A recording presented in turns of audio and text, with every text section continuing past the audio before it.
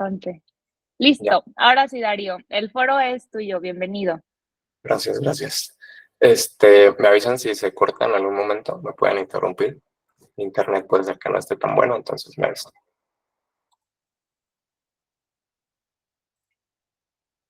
Ahí ya se ve, ¿verdad?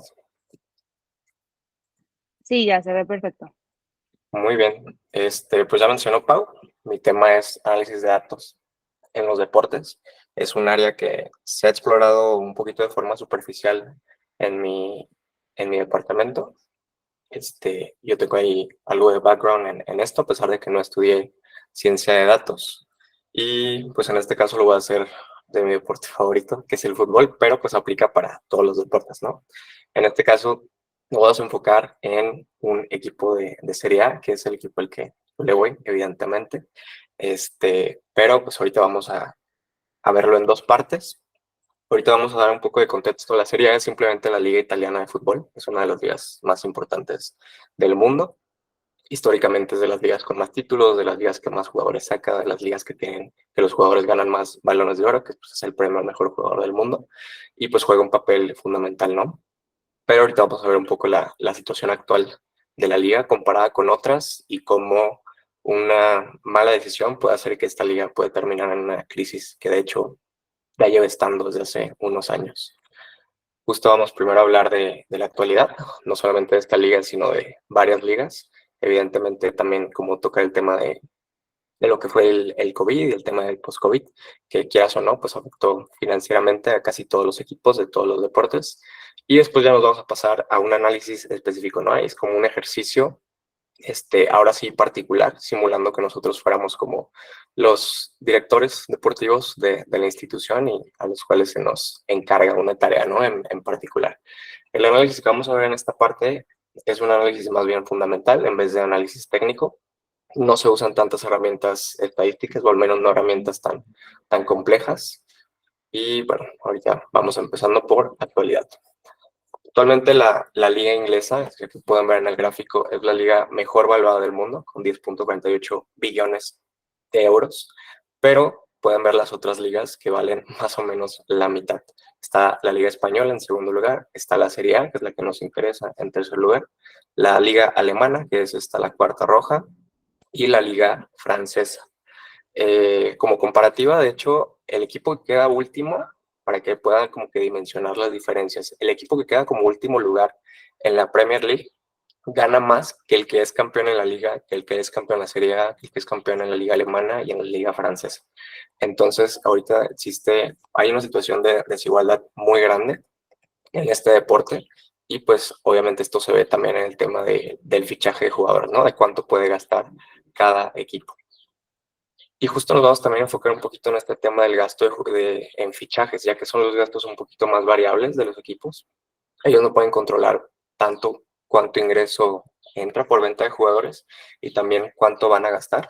Sí varía un poco mercado a mercado o año con año. Entonces también es importante, esto es como un reflejo de la situación económica, ¿no? Y la evaluación de la liga.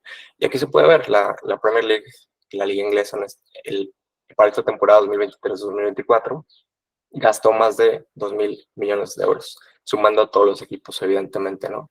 Después está la Liga Árabe, que ahorita está gastando mucho dinero, 727 millones de euros. Y podemos ver que la Serie A, la Bundesliga y la Liga Francesa, de hecho la Liga Española ni siquiera aparece en este top, ni siquiera juntos pueden llegar a los 2.000 millones de euros que gastó la liga inglesa, ¿no? Bueno, aquí nada más algunas consideraciones, solamente se toma la cantidad que reportan los clubes, ¿no? Que pagaron, no se toman en cuenta ni comisiones, ni salarios, ni nada por el estilo. Pero pues hay una evidencia de que gastando más, en teoría deberían traer mejores jugadores, ¿no? Y esta situación de desigualdad, pues en teoría debe estar aumentando. Pero si nos vamos a los coeficientes, al menos el coeficiente de la UEFA que calcula el rendimiento de los equipos en las competencias europeas, pues es donde compiten entre países, la Serie A y la Liga Alemana, la Bundesliga, ahorita tienen los mejores coeficientes. De hecho, gracias a eso ya los premiaron y les dieron más puestos en las competencias europeas, más clasificatorios y todo. Y pues esto es una gran ventaja, ¿no? Porque a pesar de que ellos no están teniendo tantos ingresos y su liga no está tan valuada, deportivamente han logrado seguir compitiendo. Y ya eso no es solo competir por competir, el hecho de participar simplemente en estas ligas europeas es un ingreso importante para los equipos. Con el simple hecho de participar entre entradas de los partidos, entre los deals que hacen de partnerships, patrocinadores, bonos también de los patrocinadores, bonos directivos, etcétera, un equipo y puede llegar a facturar hasta 30% más por el simple hecho de calificarse a una competencia europea. Por eso es que muchos equipos añoran con clasificar. Sí es un tema deportivo, pero también es un tema financiero importante, ¿no? Y aquí podemos ver justo el comparativo de la Premier League. Quedó desplazada a tercer lugar a pesar de gastar pues casi 4 veces más que estas otras dos ligas, ¿no? Y justo también es como para quitar este mito de que los equipos que gastan más son los equipos que les va mejor. Aquí tenemos un top 10 de los equipos que más gastaron en el mercado de fichajes pasado. Y si sumas a estos top 10 equipos, los únicos trofeos que van a ganar son 3. El equipo de Arabia, el Paris Saint-Germain, que juega en Francia, es una liga a veces pues, que nada más gana un equipo. Y está uno entre el 5 y el 6, ¿no? Que es Manchester City y Arsenal. Es decir, estos 10 equipos, se podría decir que gastaron tal vez en balde, ¿no? Si lo vemos estrictamente. Y de hecho, si expandemos esto a los 20 equipos que gastaron más durante el mercado de fichajes, solamente hay 5 trofeos, porque ahí ya entra el Real Madrid y tiene un trofeo ganado y puede ser que gane otro, ¿no? Entonces, solamente hay 5 trofeos entre los 20 equipos que más gastaron en fichajes. Y el más grave, pues pueden ver aquí hay diferencias muy, muy grandes entre el gasto y las ventas que tuvieron, lo cual debería ser cancelado en teoría, pero pues existe la corrupción, ¿no? Y justo aquí están los balances de ventas y ventas y compras de las ligas. En como todavía no se ha publicado el balance de la 23-24, pues el de 22-23. Y aquí podemos ver las pérdidas sobre las que está operando la liga inglesa, ¿no? En el 22-23 se gastó más de 3.000 millones de euros en fichajes nada más. Y tuvieron ventas de 1.000.000, de 1.000 millones de euros en este caso. Hay una diferencia muy grande, hay una pérdida muy grande, y esto nos deja ver pues, la estrategia que están siguiendo estas ligas, ¿no? Obviamente una estrategia conjunta, pero también a nivel equipo por equipo. En cambio, si nos enfocamos en la Serie A, podemos ver que de hecho hasta tuvo un saldo a favor. Y aquí nos deja muy claro que la estrategia de la liga es no endeudarse más, y de los equipos, evidentemente, no endeudarse más y aparte, pues estar operando siempre como en el nivel ahí, en el punto de equilibrio, y si se puede hasta tener un profit, ¿no? Entonces, si ya sabemos cuál es la estrategia de algunas de las ligas, en este caso la liga francesa, la Bundesliga, la Serie A, es muy evidente las estrategias que han seguido para mantenerse justo en este punto de equilibrio y no tener más pérdidas. Están apostando más por fuerzas básicas, están buscando fichajes de bajo costo o a costo cero. Nunca comprar si no has vendido a un jugador, valorizar a los jugadores y vendérselos, en especial a la Premier League, que es la que más gasta. Si son los mejores compradores, pues es una buena idea tú valorizar a tus jugadores y venderlos, ¿no? De hecho, siempre se los venden a sobreprecio porque estos de la liga inglesa todavía siguen comprándolos a sobreprecio. Y pues obviamente se necesitan estrategias alternas, ¿no? De fichajes también, como intercambiarlos, recibirlos en préstamo, pagarles en varias exhibiciones. Existen muchas como llamémosle estrategias financieras para tratar de amortiguar un poquito esta carga de fichajes. Ahora, esta es como la premisa principal de esto. Ya tenemos claro cuál es la estrategia de la liga. En este caso, esta estrategia la podemos bajar a un equipo. Es cómo diseñamos una estrategia justo que permita la rentabilidad financiera, pero a la vez les permita seguir compitiendo, ¿no? Les permita seguir clasificando, seguir valorizando a los jugadores, pero pues manteniendo un ojo ahí en el tema financiero para que pues, el club no se vaya a la quiebra, ¿no? En este caso, bueno, ahorita lo vamos a ver más a detalle, pero ahorita me estoy yendo al específico de este tema, ¿no? Pero al final eso se puede traducir a cualquier situación que puede llegar a haber en una empresa. Puede ser que la empresa ahorita por tema financiero necesita sacar como el máximo de reclutamiento, el máximo con los recursos que tiene, y pues tienen que empezar a buscar estrategias distintas para no estar gastando, ¿no? Estar operando como en ese punto de equilibrio. Y aquí vamos a hacer un análisis pues, de mi equipo, que en este caso es el Inter de Milán. Y el análisis que vamos a hacer es respecto a cómo fichar jugadores, ¿no? En este caso es una estrategia que ha seguido el club desde hace varios años y para poder comprender este ejercicio vamos a hacer en este caso 4 análisis, asumiendo que nosotros somos los directores deportivos, ¿no? El primer análisis, de hecho, posiblemente nosotros ni siquiera formamos parte, es como un análisis financiero deportivo que tenemos sin ver el detalle, tenemos básicamente un desglose del rendimiento económico, ¿no? Del equipo, tanto del año 2022 como el año 2023. Como podemos ver en el club está operando sobre pérdidas. El año pasado tuvo una pérdida de 140 millones de euros y este año, bueno, el 2023, cerró con una pérdida de 85 millones de euros. ¿Por qué varios equipos están operando por pérdidas? Por la situación post-COVID. El COVID trajo que no obtuvieran el dinero necesario de patrocinadores, no obtenían el dinero de la venta, pues de los boletos de los partidos porque se jugaba a puerta cerrada y pues básicamente tenían que seguir pagando todo lo demás, ¿no? Todos los salarios de los jugadores, todas las rentas que tenían, la renta del estadio, si es que el estadio no era suyo, etcétera. Entonces, muchos de los equipos, incluido el Inter en este caso, tuvieron que pedir préstamos. Y esos préstamos hasta el día de hoy todavía no se han pagado, entonces los intereses se podría decir que pueden estar ahogando, o existía ese peligro, ¿no? De que se estuviera ahogando la operación del equipo. Entonces, pues ahora sí que después de un análisis financiero, pues quedó muy claro que la directiva nos dijo que la estrategia es aumentar el EBITDA, tener saldo positivo en fichajes, o al menos no operar en pérdidas, y seguir pagando pues los intereses o hasta buscar refinanciar las deudas, ¿no? En este caso de los préstamos que se obtuvieron. Y también reducir la carga salarial.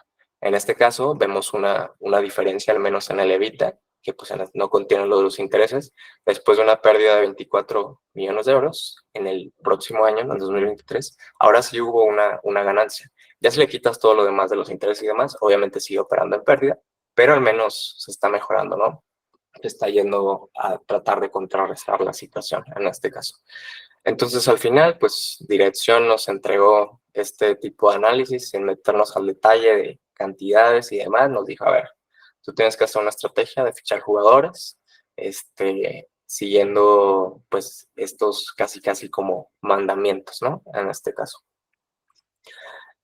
Y aquí están justo los objetivos deportivos que tendríamos sería de que mantener un equipo competitivo, fichar jugadores a precios bajos o agentes libres, es decir, que cuesten pues cero, valorizar las fuerzas básicas para venderlos, reducir carga salarial, no comprar si no se vende y también siempre que llegue una oferta por un jugador, si financieramente conviene, se vende al jugador y se empieza a buscar pues su reemplazo, ¿no? En este caso, un reemplazo que cueste menos, que tenga cierta proyección, etcétera. Y entonces aquí tenemos varias áreas de oportunidad, ¿no? Podemos revisar las tendencias de las lesiones de los jugadores. Literal, se puede hacer un análisis muy regresivo del estado físico de un jugador de fútbol. Hasta ya hay varios como preparadores físicos que sabes que si un jugador estuvo más de cierto periodo entrenando bajo ese preparador físico, sí o sí va a empezar a tener lesiones de cierto tipo. Ya existen esos análisis y de hecho ha habido hasta protestas al respecto, obviamente de preparadores deportivos y demás, porque quieras o no, pues estás acusando a alguien, ¿no? Estás diciendo que su trabajo no sirve. Ese puede ser un tipo de análisis. También puede haber análisis predictivos del precio y el rendimiento de los jugadores, con base también en su país, en su equipo, un análisis de su situación familiar también, su situación económica, etcétera. Por ejemplo, aquí hay varios estereotipos que, al menos estadísticamente, sí se terminan cumpliendo. Por ejemplo, los jugadores brasileños, la mayoría viene de un trasfondo de bajos recursos, entonces muchos de ellos no estudiaron, creo que ni siquiera la educación primaria, y hay literalmente predicciones de acuerdo a la zona en la que salió un jugador de su país, en este caso de Brasil, cuánto es como su ciclo de vida como jugador, ¿saben? Sin entrar a detalle de por qué se acaba su ciclo de vida, ¿no? Puede ser un tema personal, un tema de desinterés, un tema de ambición, etcétera. Pero existen ya predicciones del ciclo de vida como jugadores dependiendo del país, del equipo, de su familia, de varios factores. También puede existir un análisis fundamental de jugadores a costo cero, o también cuando tú vendes un jugador y quieres comprar a otro, puedes hacer un análisis fundamental. análisis posicional y análisis táctico, ¿no? Nosotros nos vamos a enfocar en una situación que digamos, ok, vendimos a un jugador, queremos sustituirlo, ¿no? Para eso podemos hacer 3 análisis. Hasta ahorita, para el fichaje del jugador que nosotros queremos, ya tenemos como las instrucciones de dirección, ¿no? Ya sabemos que tiene que ser un poquito costoso o que nos cueste 0, sería increíble. Y también tiene que tener un salario, pues igual o menor, ¿no? Para que la carga salarial no aumente. Esos son los requisitos directivos en este caso. Ahora, podemos hacer un análisis general del rendimiento del equipo. El Inter acaba de ser campeón de la liga italiana, por eso me va a basar ahorita en sus estadísticas. Primero, podemos ver ciertas estadísticas del rendimiento del equipo, ¿no? Como en goles está en el percentil 90. Recordemos que hablando de percentiles, significa que si tú estás en el percentil 90, estás en el 10% de los que tienen mejor rendimiento, ¿sabes? Del 90% de la distribución está por debajo de ti, en este caso, si lo ves como una distribución estadística. También podemos ver ciertas estadísticas de ataque, posesión, contraataques, defensa, fisicalidad y presión, ¿no? Aquí claramente podemos ver de que, oye, pues nos interesa mucho el tema de defender, ¿no? Está en el 98 percentil. Aquí podemos hacer un comparativo también de estas mismas métricas con otros equipos de la liga. Podemos ver, ok, si este equipo ganó, digo, puede ser cualquier equipo, ¿no? Pero si este equipo ganó y tiene más o menos este mapa, podríamos comparar el equipo que ganó el año pasado, el equipo que ganó el año antepasado y ver cuáles son las características más importantes para competir en la Serie A. Cada liga es distinta, entonces los factores que influyen para si ganas o no son distintos. Un mismo equipo que sea campeón en Italia puede que no sea campeón en una liga en teoría del mismo nivel como la Liga Española. Entonces, justo con este tipo de análisis se puede empezar a ver cuáles son las características más importantes. Aquí estamos viendo que el tema de la defensa es muy, muy importante. De hecho, si nos vamos acá en este gráfico de la derecha, vemos goles concedidos en 90 minutos contra tiros al arco en contra en 90 minutos y vemos que literalmente el Inter está hasta acá abajo, ¿no? Casi no le tiran en contra y casi no concede goles. Señal de que esta pues, estadística es muy real, ¿no? El tema de la defensa. Después acá tenemos también el tema de la posesión. Estos son ejemplos, ¿eh? Pero podemos ver el tema de la posesión contra los goles concedidos. Vemos que al Inter no le interesa tanto la posesión, está más o menos a la mitad de la gráfica. Pero aún así tiene la suficiente estrategia para que no le metan gol. Entonces, una vez que estamos analizando, aquí también podemos ver el tema de qué posiciones del campo el Inter tiene como una posición mayoritaria que el rival, ¿no? Entonces, a nivel general, podríamos más o menos empezar a ver cuáles son las características que nos interesa de este jugador, ¿no? Ya estamos viendo como bloque, como equipo, cuáles son las cosas que marcan la diferencia, que hacen que un jugador sea perfecto para el esquema de juego que tiene nuestro equipo, ¿no? Aquí estamos como que a un nivel muy, muy arriba todavía, sin entrar a ningún específico. Entonces, pues ya podemos empezar a agregar más características, ¿no?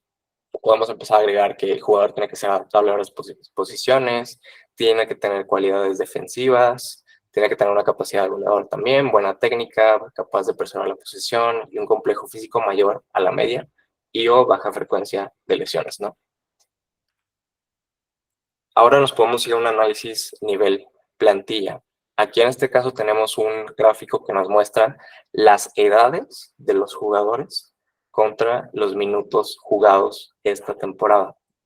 En este caso, esta zona gris se podría considerar que es como rango de edad donde los jugadores tienen su mejor rendimiento en este caso. Las líneas moradas son jugadores que ya estaban en el equipo, las líneas y puntos naranjas son jugadores que llegaron apenas este año y pues la cola de estos puntos, o sea, las líneas, significa el tiempo que ese jugador lleva, ¿no? Entre más a la derecha es más viejo el jugador, entre más arriba, más minutos jugó, en este caso. Con esta clase de gráficos, como les mencionaba, estamos haciendo un gráfico muy técnico en este caso, pero el análisis es un análisis fundamental, porque nosotros podemos ver que la columna vertebral del equipo, que son los jugadores que más jugaron, esta es la zona como más saturada, podríamos decir, del gráfico junto con esta. Los jugadores que más jugaron están en un rango de 24 a 26 años. Pero la mayoría de estos jugadores, como podemos ver, son puntos morados. Entonces, estaban en el equipo desde temporadas pasadas. Entonces, lo indica, pero muchos de ellos llegaron antes de los 24 años, ¿no? Entonces podemos concluir que se valorizaron desde que llegaron hasta el punto de hoy que son titulares, en este caso. También podemos ver que el equipo, la verdad, no se enfoca en darle minutos a jugadores jóvenes, jugadores por abajo de 24 años. Podríamos decir que por tema del técnico, por tema del esquema, por lo que sea, no se les dan muchos minutos, ¿no? Entonces, esas cosas también las podemos empezar a considerar al momento de estar buscando a nuestro jugador. Y también podemos concluir que los jugadores de edad avanzada, pues todos los que están aquí arriba de 32, que son varios, pues han tenido también un papel fundamental, ¿no? De hecho, el jugador que más ha jugado, pues vean, es de los más viejos también. Dos de los jugadores que más han jugado son de los más viejos. Pero pues tenemos varios, ¿no? Tenemos 7, 8 jugadores arriba de 32 años que fueron parte fundamental de las rotaciones del equipo.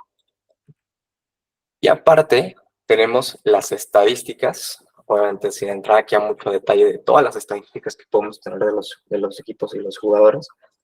Tenemos de todos los jugadores sus estadísticas de tiro, de pases, de tipos de pases, de cuántas oportunidades crean, de acciones defensivas y de posesión.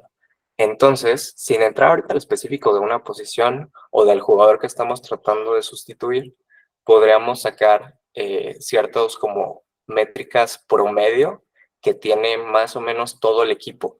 Y podríamos sacar, por ejemplo, que ¿sabes qué? Pues todos los jugadores del equipo, al menos los 10 que más han jugado, tienen un porcentaje de acierto en los pases arriba del 85%. Ok, entonces esa es una métrica que me puede empezar a servir a mí para decir, ¿sabes qué? Un jugador que viendo sus estadísticas está por debajo de eso, puede ser que no se adapte perfectamente al equipo, ¿no? Lo que ya mencioné, tanto por el estilo de juego, al técnico, a los movimientos, pueden ser varias cosas, pero al final toda esta clase de datos, que de hecho aquí no estamos haciendo pues ningún análisis, todos estos datos nos pueden ayudar a sacar, sin meternos al detalle de la posición, el jugador como promedio que necesitaríamos buscar para cualquier posición, de hecho. Ahora si quisiéramos entrarnos en defensa, en media, en ataque, pues también podríamos solamente agarrar los datos de los defensas, ¿no? Y sacar cuáles son más o menos las estadísticas medias que debería tener un defensa para jugar en el equipo como está ahorita, ¿no? Son la clase de cosas predictivas que tenemos que hacer. Todos estos datos son únicamente de este año. Entonces, pues ya tenemos más valores, ¿no? Ya tenemos que no debe ser menor a 24 años y pues por ende también otra cosa que vimos es que los jugadores nuevos, vean, tienen pocos minutos, son los puntos naranjas, ¿no? Tienen pocos minutos, están por debajo de la mitad de la tabla, solamente hay 2 nuevos que sí jugaron casi todos los partidos, entonces también podemos concluir que los jugadores nuevos no llegan directamente a tomar un papel como fundamental en el equipo, ¿no?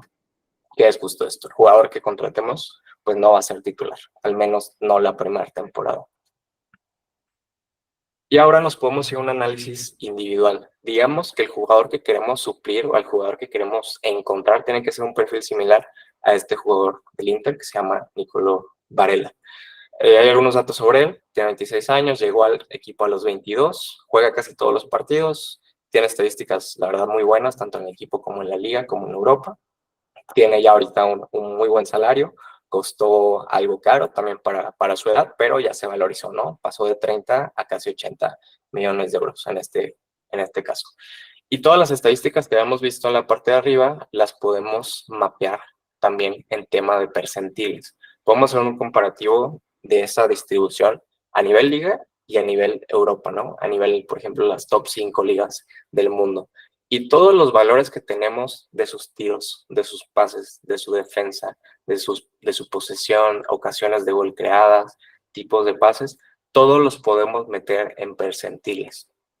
Y al momento de verlo en percentiles, podemos tener pues una representación visual de esta forma que nos ayuda a ver cuáles son las características más importantes que debemos considerar si estamos buscando un jugador que sea similar, ¿no? En características al que estamos aquí a Varela en este caso. También podemos tener este tipo de visualizaciones a forma de gráfico de radar. Y una cosa, ahorita nos estamos basando únicamente en el rendimiento de la temporada que llevamos en curso, ¿no? Pero pues también tenemos los datos de temporadas anteriores. Entonces, si lo que nos interesa es casi no gastar, lo que nos interesa es un jugador de bajo salario, un jugador con proyección, sabemos que no va a ser titular, entonces tiene tiempo todavía de adaptarse y demás, podremos perfectamente irnos a ver el histórico de Varela, en este caso, de sus temporadas pasadas, cuando todavía ni siquiera llegaba al equipo, jugaba en un equipo que se llama Cagliari, igual en Italia también. Aquí podemos ver, justo este es el histórico, ¿no? De sus estadísticas estándar, que es nada más uno de estos datos. Pero pues tenemos esto también de los tiros, de los pases, de sus acciones defensivas, de todo.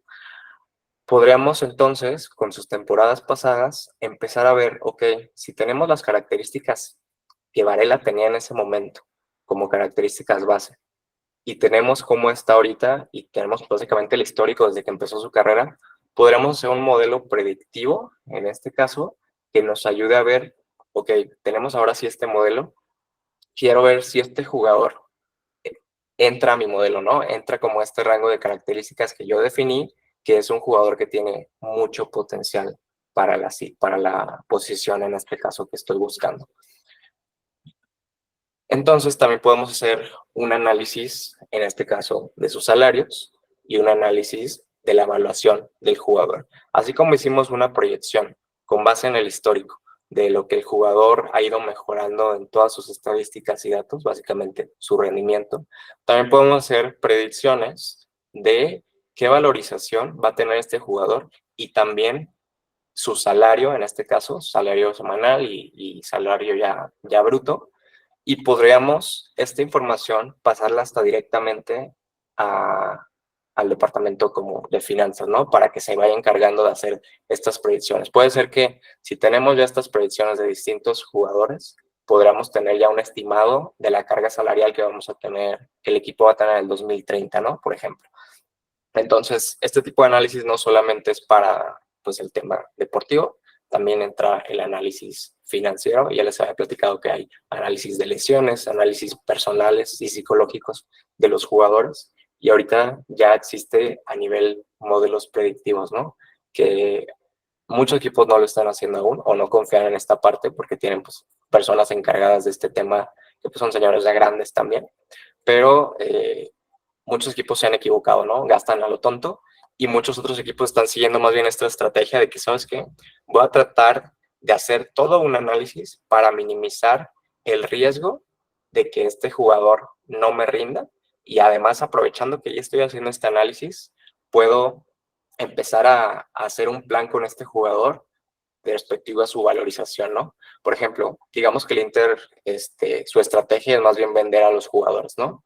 Pues podrías simplemente hacer un tipo de análisis con varias fuerzas básicas similar a esto y obtener que el pico de rendimiento de un jugador y el pico de su valorización va a ser en tal año, ¿no? O a tal edad. Entonces, tranquilamente podría decidir venderlo en ese momento, ¿no? Sin que nadie sepa que ese es el pico del jugador.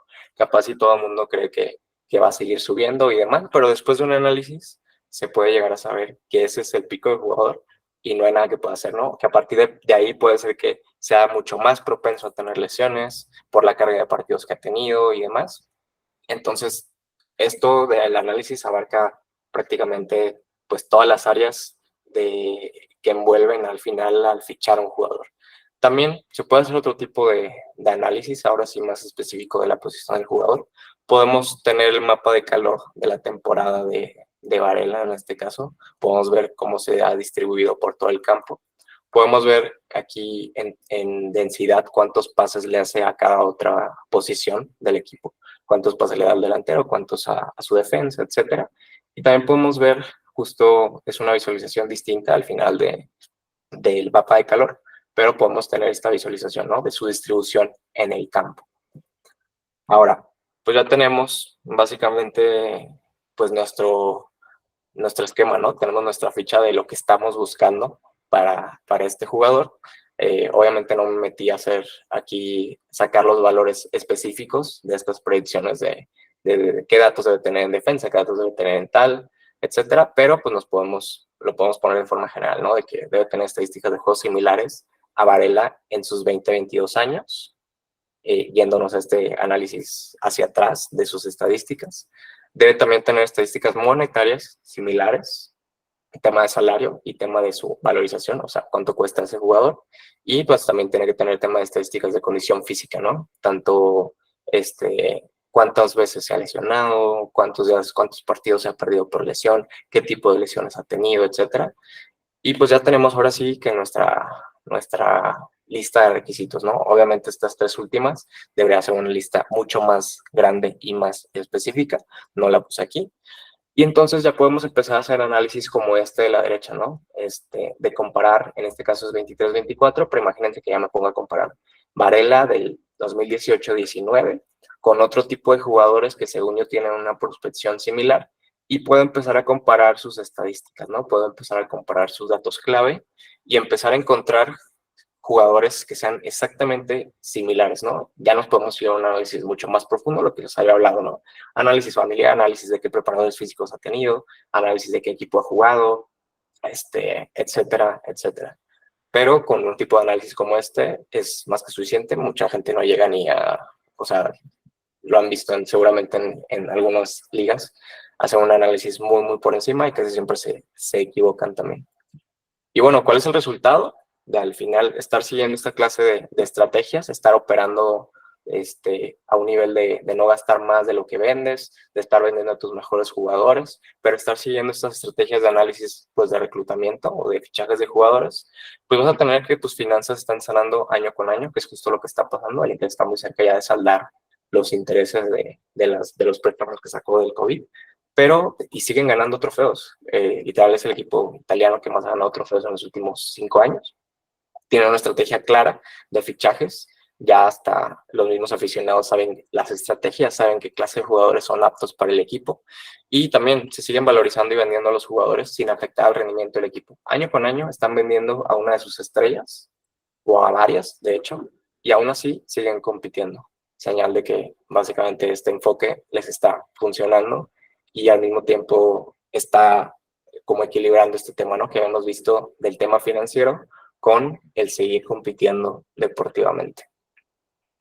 Y pues ya, sería toda la presentación. Obviamente no quise entrar al detalle de los como modelos de regresión para tratar de hacer predicciones también, de agarrar a un jugador y ver cómo va a estar en estadísticas según esto.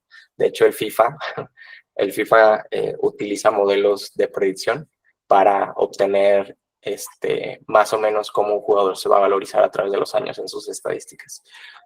Pero bueno, no sé si alguien tenga alguna pregunta al respecto. A ver, ahora sí se abre la sección de dudas y preguntas. Adelante, Santi, te paso la palabra. Y luego a Jime. O bueno, no sé si estaban aplaudiendo o si tienen algo que comentar. Santiago y Jime. Dale, Santi.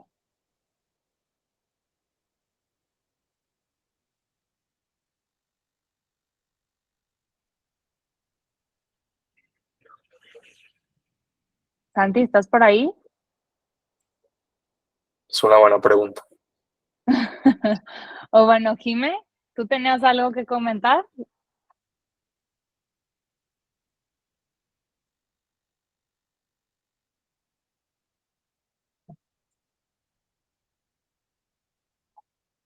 ¿No? A ver, Seimer, adelante. Hay que tienen dos formas distintas de analizar la información. Obviamente este fue un ejemplo de fútbol, pero ¿cuál de las múltiples opciones que mostraste crees que nos serviría más tanto para Nuclea en general como para los departamentos? ¿Qué info sería o qué análisis sería el más valioso para el departamento o que tú recomiendas que valga la pena dedicarle tiempo y esfuerzo en hacer?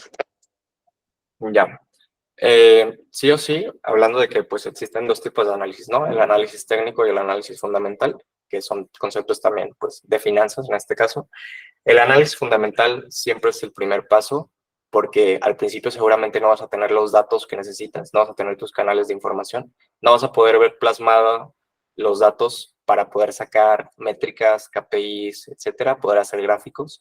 Entonces, lo primero que requiere es un análisis fundamental para saber qué datos necesitas estar mapeando, ¿no? Cómo amarrar tus canales de información. Y después de eso, bueno, y también analizar qué quieres medir y para qué no. O sea, tú puedes obtener 1000 gráficos, pero puede ser que ninguno de esos 1000 gráficos sea de una utilidad real. Eso es parte del análisis fundamental. Y después ya puedes pasar al análisis técnico, ¿no? Ahora sí puedes entrar al detalle de los gráficos que estás haciendo, de los datos que estás haciendo, modelos estadísticos, modelos de predicción, modelos lineales, todo este tema.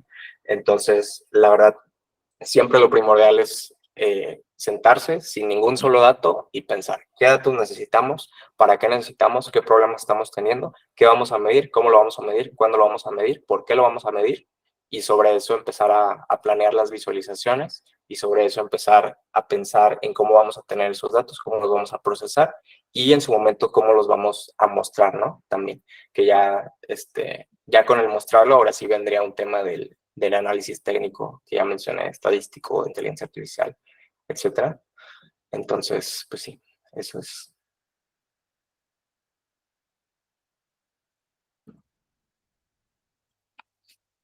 Pero tú con la experiencia que ya tienes haciendo análisis de núcleo, ¿cuál crees que es el que más nos sirve a nosotros en este caso? Uy, buena pregunta. Varía un poco respecto al área y también a la persona. Hay áreas que probablemente, si te pones estricto, van a tener una carga de horas mayor, pero pues aquí puedes decidir justo qué mapear, ¿no? O sea, quieres mapear sus horas, quieres mapear su impacto que tienen en los proyectos, y si quieres mapear eso, ¿cómo lo mapeas, no? Y cada cuando lo mapeas, vas a mapear y vincular también el tema de cuánto está pagando el cliente con el que está, pues, esta persona en el proyecto. Respecto a sus compañeros, ¿qué porcentaje del proyecto le podrás atribuir a esta persona? Y después de todo eso, ¿qué esperas obtener? O sea, esperas obtener un rendimiento de la persona y después de eso decir, ok, ¿y qué vas a hacer con ese rendimiento? O sea, ¿estás pensando en que esta persona mejore el rendimiento o que cómo vas a interpretar ese dato? Entonces, es algo que en Nuclea, siento que todavía estamos un poquito en pañales en el tema, la verdad. Ahorita estamos en la etapa de cómo amarramos los canales de datos que tenemos para después de eso ver cuáles son, pues, justo toda la información que tenemos. Con esa información, ver qué gráficos y estadísticas se pueden sacar, ver qué es de valor y ver cómo lo interpretamos. Obviamente, en esta parte de amarrar los canales de datos, pues también influye el crear nuevos canales de datos, ¿no? En este caso, necesarios para lo que estemos buscando. Pero sí, ahorita en Nuclea estamos en una etapa muy, muy primeriza, podría decir, al menos en la operación. Estamos sacando, pues, métricos al final relacionados a los datos que nos entrega el tiempo, ¿no? Y el uso de las plataformas y demás.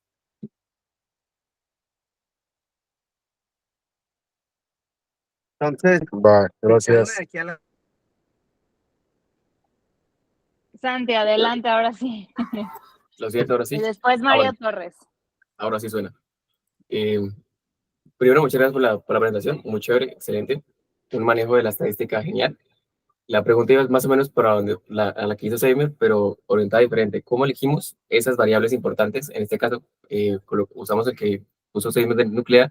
¿Cómo elegir qué variables son las relevantes? Porque, pues, por ejemplo, el impacto en la plataforma, lo que acabas de decir, el impacto en la aplicación o el porcentaje de aplicación que ha realizado o no.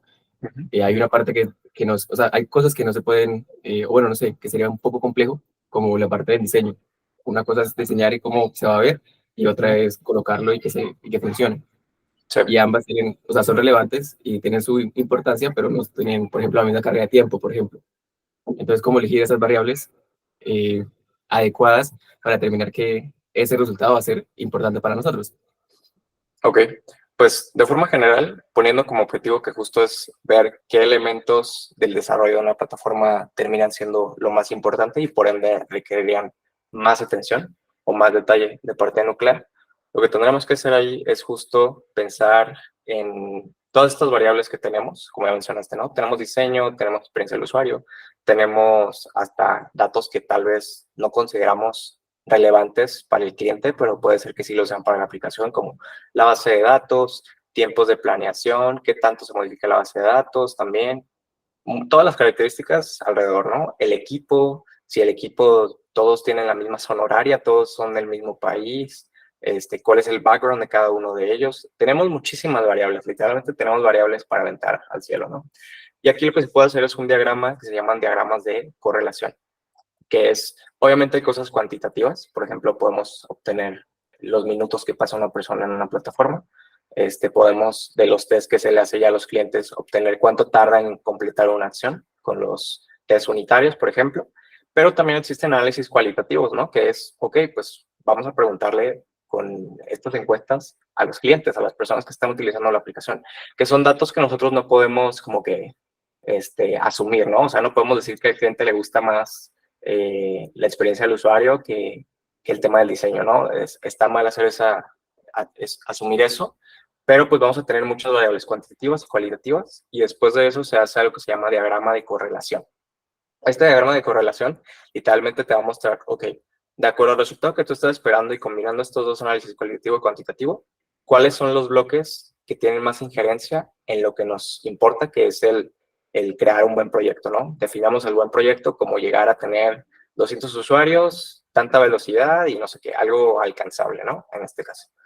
Y te vas a encontrar que en este diagrama de correlación hay cosas que afectan el resultado, pero que no tienen una relación directa. Por ejemplo, digamos que, no sé, me invento una variable, que el tema de que afecta si el PM es de un país y el desarrollador principal es de otro país, y uno come a las 5 y el otro come a las 3, ¿no? Digamos que esa es una variable ahí de 200 que tenemos para ver cuánto afecta en el resultado. Podemos obtener en este diagrama de correlación que eso tiene una incidencia muy grande en el resultado del proyecto. O sea, podemos llegar a obtener datos que nos van a sorprender. De hecho, este es el objetivo de crear estos diagramas de correlación. Empezar a ver qué cosas tienen mucho peso, aunque no sean evidentes, o aunque realmente no tengan una relación directa de todas estas variables de datos que podemos llegar a tener. Entonces, asumirlas sin hacer un tipo de análisis de correlación es un poco arriesgado, porque nos vamos a ir por nuestros sesgos, ¿sabes? Al final nuestros sesgos nos van a decir, si te lo dice alguien de UX UI, te va a decir, pues obvio el diseño es lo más importante. Si te lo dice un backend, te va a decir, no, la base de datos es lo que más injerencia tiene. Un front te va a decir, no, pero es que los endpoints y que todo esté conectado y la velocidad es lo más importante. Pues al final esos son análisis de su percepción, ¿no? Pero una cosa sería ya a nivel estadístico hacer estos diagramas de correlación, cualitativos y cuantitativos, y ver exactamente cuánto peso puede llegar a tener cada una de estas cosas en el resultado medible que estamos esperando. Entendido. Muchas gracias. O sea, como hipótesis y luego validarlas, e hipótesis y validar, hipótesis y validar. Justo. Ok. Muchas gracias. Va, súper gracias, Santi. Mario Torres, adelante. ¿Qué tal? Buen día a todos. Excelente presentación, Darío. Tengo dos dudas o comentarios. La primera es, ¿cuál es el mejor equipo de fútbol del mundo desde tu perspectiva?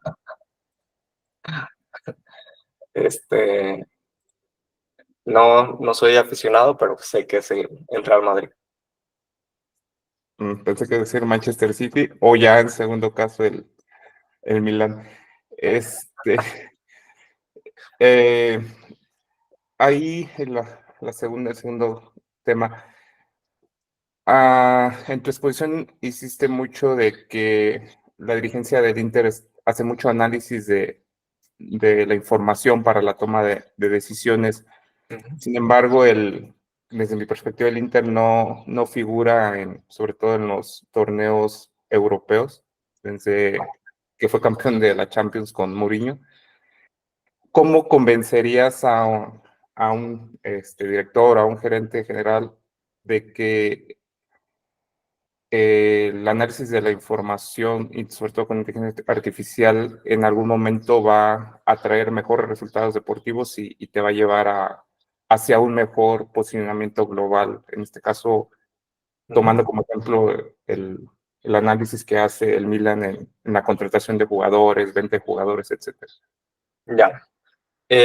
Primero como que buscaría analizar varios sectores, ¿no? Aquí nos enfocamos en el deportivo, pero pues también hay un tema de marketing, ¿no? De partnerships que también pueden llegar a ser, que eso también significa un crecimiento económico, y este análisis también se traslada pues para allá, ¿no? Esta como que filosofía de analizar los datos al final abarca toda la organización. Respecto a lo de competir en Europa, realmente si te pones a ver el post-2010, que fue cuando estuvo pues, en su pico el equipo, hubo temporadas horribles, ¿no? Temporadas en que estuvo décimo lugar, etcétera, y evidentemente no clasificaba a competencias europeas. Pero desde que hubo un cambio de dirigencia, alrededor del 2019, 2018, 2019, literal es el equipo italiano que más ha ganado, ya llegó a final de Europa League, llegó a final de Champions la temporada pasada. Entonces, si te pones a comparar como el proceso que han seguido otros equipos que han alcanzado y que ahorita ya están un poquito más establecidos también en competencias europeas, pues este es el camino a seguir. O sea, es muy complicado hacer este análisis a 3, 5 años, porque un equipo no puede llegar a competir en Europa y mantenerse si no le inyectan capital. Y aún así eso no es garantía, ¿no? Ahí está el PSG, ahí está el City, que le costó 1 billón de euros llegar a ganar una Champions. Entonces, realmente es pensar, ok, estoy compitiendo en Italia, estoy ganando títulos, estoy compitiendo en Europa, ya llegué a 2 finales en 4 años. Entonces, señal de que vamos bien, porque si nos comparamos con el periodo 2010 a 2017, el equipo estaba muy, muy mal, ¿no? Y la prioridad es lo financiero, siempre. O sea, y es algo que muchos equipos tienen, que es, no nos interesa ganar títulos, nos interesa que esto, que es un negocio, siga siendo rentable, ¿no? Entonces, pues se está cumpliendo con el objetivo, que es ir sanando un poco las finanzas. Y ahora sí que, si ya en su momento las finanzas están bien, se puede llegar a cambiar la estrategia también, ¿no? De ahora sí, ok, pues, sabes que ya no me interesa operar sobre un rango de cero en entradas y salidas de fichajes, ahora sí puedo gastar más o menos esta cantidad de dinero y puedo empezar a apuntar a, ahora sí quiero competir, a que no me interesa participar en competencia europea, me interesa ganarla, ¿no? Ahora sí, ese es mi objetivo. Los objetivos ahorita han sido cómo regreso a competir en Italia y cómo regreso a competir ahora sí con mi participación en las competencias europeas, mientras sano las finanzas. Esa ha sido la estrategia. Después la estrategia sí puede llegar a ser algo mucho más ambicioso, ¿no? Pero siempre pues, de la mano de todos los otros pilares que constituyen pues este negocio, porque al final es pues un negocio, ¿no? Un club, un equipo de fútbol debe ser una empresa. Perfecto, gracias, Eric. ¿Alguien más que tenga alguna duda o pregunta que quiera hacerle a Darío, aprovechando el foro? Dai, adelante. Sí, gracias. Bueno, mi pregunta es, Darío, ¿cómo crees que benefician como ese acceso de datos tan específicos pues de tablas y estadísticas a los aficionados pues o a las personas pues que siguen todo eso? ¿Crees que Ya, tal vez influyen, no eso, sé, en cuestiones de apostar o cosas así, o no sé cuál sea tu opinión? sí, mi opinión es perjudica. Siento que la mayoría de estos datos no deberían estar, de hecho, públicos, por lo mismo de que pues se presta a apuestas y ya se ha visto involucramiento de jugadores en esas mismas apuestas. Ya ha habido algunos jugadores de clase mundial castigados, pero el problema de tener esta clase de estadísticas es que literal puedes llegar a crear modelos predictivos muy, muy, muy precisos de por ejemplo, las apuestas que a veces pagan más, ¿no? Y de que en el minuto 17 del partido tal va a haber un tiro de esquina a favor de tal. O sea, pueden llegar a un nivel de predicción, no a ese nivel del minuto, pero al menos predecir de que, ok, va a tener 5 tiros de esquina. Y esto ya se presta a las apuestas y que eso no, a mí no me gusta ese enfoque que se le da a los deportes porque es un terreno fértil para la trampa. Claro. Pues sí, gracias. ¿Va alguien más?